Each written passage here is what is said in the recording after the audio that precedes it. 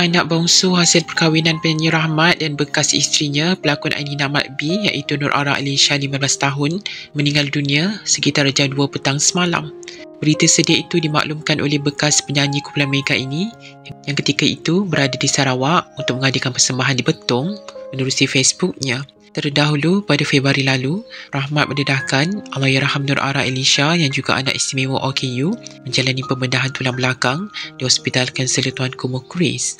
Allahyarham menjalani pembedahan spinal bertujuan meluruskan tulang belakang yang berbengkok 140 darjah akibat sindrom Prader-Willi atau penyakit yang jarang berlaku di mana ia muncul ketika lahir serta menyebabkan beberapa masalah fizikal, mental dan tingkah laku.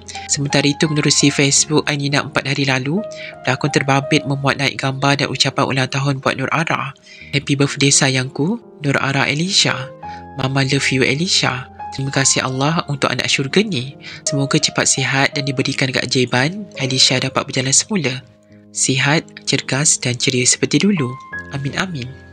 Dr. Rahmat, jenazah akan dibawa ke Disaku Apartmen Jalan Melati Indah 1, Taman Kemensah Haid Kemensah dan selepas itu akan dibawa ke surau berdekatan.